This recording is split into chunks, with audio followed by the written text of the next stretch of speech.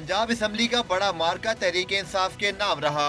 मुस्लिम league नून ऐवान में अददी बढ़तरी साबित करने में नाकाम हो गई। स्पीकर के इंतखाब में तहरीक इंसाफ और काबली के मुश्तरका उम्मीदवार ने मैदान मार लिया। चौधरी परवेज इलाही 201 वोट लेकर स्पीकर पंजाब असम्बली मुंतखब हो गए। इकबाल गुज्जर को नून लीग की मजमूई कुव्वत 162 के बजाय 147 वोट पड़े। खदशा जाहिर किया जा रहा है कि मुस्लिम लीग नून के 15 अरकान ने चौधरी परवेज इलाही को वोट दिया। साबिक स्पीकर राना मोहम्मद इकबाल ने 9 मुंतखब स्पीकर से हल्फ लिया।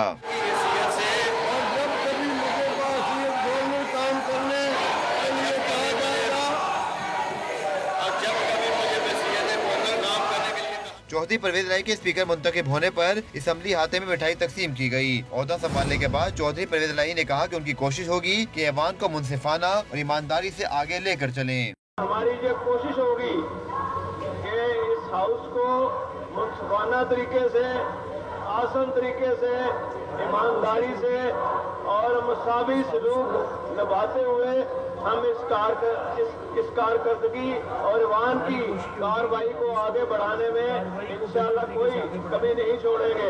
चौधरी परवेज इलाही के इंतखाब के बाद मुस्लिम लीग नून के अरकान ने स्पीकर टाइस का घेराव कर लिया और शदीद नारेबाजी की,